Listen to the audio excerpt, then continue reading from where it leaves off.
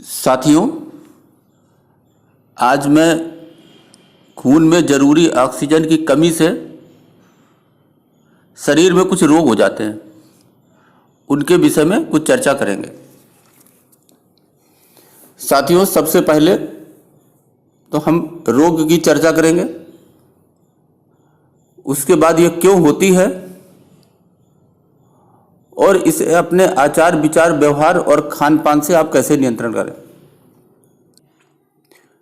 साथियों, मैं कोई आयुर्वेद का डॉक्टर नहीं हूँ, न ही होम्योपैथ और एलोपैथ का। मैं कोई आपको गोली और इंजेक्शन नहीं बतलाता।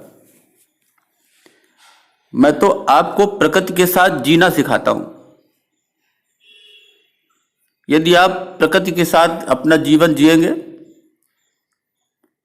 तो भगवान ने कुछ ऐसी ताकतें दी हैं कि आप रोग मुक्त रहेंगे। साथियों, जो आप हवा लेते हैं, जो आप पानी पीते हैं, धूप, जो आप भोजन ग्रहण करते हैं, आपके जो आचार विचार और आपका जो व्यवहार है, अपने शरीर के कंपोनेंट को एक्टिवेट करने के लिए आप कुछ आसन करें, एक्सरसाइज करें, और इन सब से जरूरी दिन में 2 बार नहीं तो 1 बार ठीक प्रकार से प्राणायाम करें। इससे आपको ऑक्सीजन मिलेगी। साथियों, इधर 2-3 सालों से हम देखते हैं कि चाहे एलोपैथ का चिकित्सक हो, आयुर्वेद का हो या होम्योपैथ का हो, आजकल रक्त में यानी खून में ऑक्सीजन कितना है इस पर ज्यादा ध्यान देने लगे। साथियों, इसी पर आज हम कुछ चर्चा करेंगे। साथियों, हम सब जानते हैं कि हमारे जो खून में, रक्त में जो ऑक्सीजन होता है, और ऑक्सीजन को पहुंचाता कौन है? ये खून, ये रक्त, ये ब्लड। साथियों, जब आपके खून में, आपके रक्त में पर्याप्त मात्रा में ऑक्सीजन अगर नहीं है तो उस स्थिति को हाइपोक्सेमिया या ऑक्सीजन की कमी कहते हैं। यह खतरनाक स्थिति है। यह फेफड़ों संबंधी विभिन्न समस्याओं जैसे lung cancer, pneumonia, asthma, bronchitis और भी अनेक रोग इस कारण से हो सकते हैं। आपके हार्ट में अनेक प्रकार की समस्याएं होने से हो सकती हैं, और इसका कारण ऑक्सीजन की रक्त में कमी हो सकता है, क्योंकि आपके ऊतक, आपके टिश्यूज को पूरी तरीके से ऑक्सीजन नहीं मिलता। साथियों, इस ऑक्सीजन की कमी से सिर दर्द हो सकता है, आपकी सांस फूल सकती है और सांस की अनेक समस्याएं हो सकती हैं। आपको हार्ट और मस्तिष्क आपका रोगग्रस्त हो सकता है। आपके सांस लेने की, दिल की तमाम प्रकार की समस्याएं हो सकती हैं। जो लोग अक्सर धूम्रपान करते हैं, सिगरेट या स्मोकिंग करते हैं, उन्हें भी इस ऑक्सीजन की कमी का खतरा लगातार बना रहता है। साथियों, जिस प्रकार से हम सांस लेते हैं, पेड़ पौधे सांस लेते हैं, सबको ऑक्सीजन की जरूरत पड़ती, इसी प्रकार से जो हमारे शरीर की अरबों कोशिकाएं हैं, उन्हें ऑक्सीजन की जरूरत पड़ती है, और ये ऑक्सीजन उन्हें कौन देता है? हमारा रक्त देता है।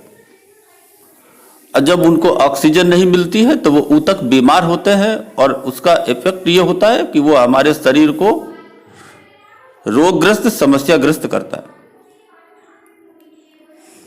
साथियों, अगर डॉक्टर्स की माने, जो रिसर्च करते उनकी माने, तो हमारी बॉडी में ऑक्सीजन की मात्रा 90% से कम होने पर ये अंगों पर बुरा प्रभाव डालता है,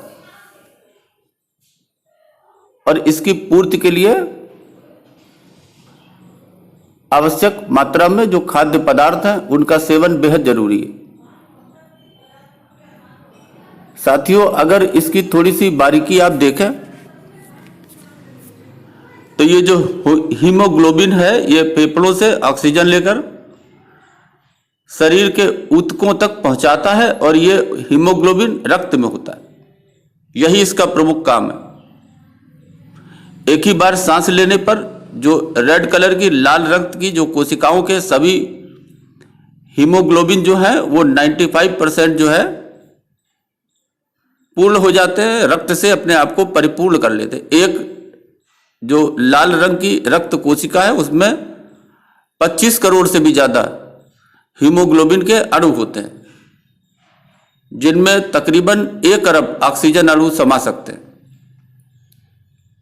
साथियों, यही हीमोग्लोबिन फेफड़ों से ऑक्सीजन अणु को उठाकर उन्हें आपके जो टिश्यूज हैं, जो ऊतक हैं, उनमें छोड़ते हैं और उनकी ऑक्सीजन की कमी जो है पूरी हो जाती है।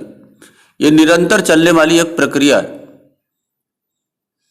साथियों। लेकिन यह बात आप याद रखें कि आयरन की कमी से शरीर में हीमोग्लोबिन की कमी हो जाती है, और जब हीमोग्लोबिन की कमी हो जाती है तो इस कमी होने से ऑक्सीजन जो है वो कम होने लगता है। इस स्थिति को कुछ लोग एनीमिया भी कहते हैं। साथियों, खून में ऑक्सीजन के स्तर की जांच करके ऑक्सीजन की कमी का पता लगाया जाता है। इस टेस्ट को आर्टेरियल ब्लड गैस टेस्ट कहा जाता है, जिसमें धमनी से खून का सैंपल लिया जाता है। इसके अलावा आपने देखा होगा कि हॉस्पिटल्स में पल्स ऑक्सीमीटर टेस्ट, इसकी मदद से भी खून में ऑक्सीजन के स्तर का अंदाजा लगाया जा सकता है और लोग लगाते हैं। ये साथियों, पल्स ऑक्सीमीटर एक छोटा सा उपकरण होता है जिसे उंगली के सिरे पर लगाया जाता है और कंप्यूटर मॉनिटर पर इससे रिजल्ट देखे जाते हैं। तो साथियों, यदि आपके शरीर में आप महसूस करते हैं कि ऑक्सीजन की कमी है, तो अपने खाने पीने का ख्याल रखें और हवा, पानी, धूप, भोजन, आचार विचार, व्यवहार, आसन, एक्सरसाइज, प्राणायाम, इन तमाम माध्यमों से अपने बॉडी को एक्टिवेट करें, जो भी आपके बॉडी के कंपोनेंट हैं, और अपने साथ साथ में खाने का थोड़ा विशेष ध्यान रखें। साथियों, खून में, हमारे ब्लड में हीमोग्लोबिन का स्तर सुधारने में और एनीमिया को पूरी तरह ठीक करने में कम से कम 6 माह का समय लगता है, इससे अधिक भी लग सकता है। आप इस दौरान आयरन युक्त भोजन करें, इसलिए इसमें किशमिश, सूखी खुबानी, हरी बीन्स, पालक और हरेदार पत्तियां, इन जैसी आयरन से भरपूर परिपूर्ण आहार का सेवन बहुत ही जरूरी है। साथियों, एक बात ध्यान देने लायक है कि आयरन जो जिन जिन चीजों में होता है, वो अगर आप डाइट आप लेते हैं वो तभी फायदेमंद है जब उसके साथ विटामिन सी का भी सेवन किया जाए। अगर आप विटामिन सी का पर्याप्त मात्रा में आयरन युक्त चीजों के सेवन के साथ नहीं करते हैं तो आपको उतना लाभ नहीं होगा। विटामिन सी के लिए आप अमरूद है, आंवला है, संतरे का जूस है, खाली पेट नींबू भी आप ले सकते हैं। लेकिन आप आयरन का जो सप्लीमेंट है वो बिना डॉक्टर की सलाह के न लें। आप अपने खाने पीने की वस्तुओं से अपने शरीर की आयरन की मात्रा बढ़ाएं और उसके साथ साथ ऐसी वस्तुओं का सेवन करें जिसमें भरपूर मात्रा में विटामिन सी हो।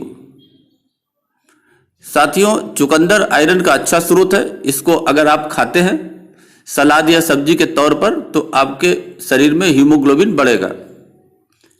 आप हरे पत्तेदार सब्जियां जिसमें पालक है, ब्रोकली है, पत्ता गोभी है, सलजम है, शकरकंद है, इन चीजों का अगर आप सेवन करते हैं तो ठीक होगा। इसमें आयरन प्रचुर मात्रा में होता है। सब्जियां न केवल हीमोग्लोबिन के स्तर को आपके सुधारेगी बल्कि आपका वजन कम करने और पाचन ठीक रखने में मददगार होंगी। साथियों, आप सूखे मेवे भी खा सकते हैं जिसमें खजूर है, बादाम है, किशमिश है, इसका आप प्रयोग करें। साथियों, रही फलों की बात तो इसमें खजूर है, तरबूज है, सेब है, अंगूर है और अनार, इन चीजों का अगर आप सेवन करते हैं तो आपका खून बढ़ता है। साथियों, अनार खाना एनीमिया में काफी फायदा करता है। जिनको एनीमिया है वो प्रतिदिन एक अनार का सेवन कर सकते हैं। तो साथियों, आप ये समझ लें कि यदि आपके ऊतकों को, आपके टिश्यूज को पर्याप्त मात्रा में ऑक्सीजन नहीं मिलता है, ब्लड के माध्यम से ऑक्सीजन वहां नहीं पहुंचता है, तो आप अनेक बीमारियों से ग्रसित हो सकते हैं, क्योंकि आपके शरीर के ऊतकों को ऑक्सीजन मिलना उनके जीवन के लिए बहुत ही आवश्यक है। इसके लिए फिर से मैं कहता हूं कि आप आयरन युक्त, खास तौर से महिलाओं को, वस्तुएं अपने भोजन में शामिल करें और इसके साथ साथ ऐसी वस्तुओं का भी प्रयोग करें जिसमें विटामिन सी भरपूर मात्रा में होता है। जहां भी आप रहे हो वहां पर स्वच्छ हवा हो, पानी हो जिसमें मिनरल्स हो, ठीक ठाक धूप हो ताकि आपको विटामिन डी मिलता रहे, अनुकूल आपका भोजन हो, आपके आचार विचार व्यवहार आपका अनुकूल हो, अपने बॉडी के कंपोनेंट्स को एक्टिवेट रखें। इसके लिए आप आसन है, एक्सरसाइज है, और सबसे महत्वपूर्ण, दिन में कम से कम एक बार पर्याप्त मात्रा में प्राणायाम करें जिससे आपके फेफड़ों को ऑक्सीजन मिले और आप तमाम बीमारियों से छुटकारा पाएं। यही मेरी इच्छा है और ऐसा ही मैं सोचता हूं। अभी के लिए बस इतना ही। धन्यवाद।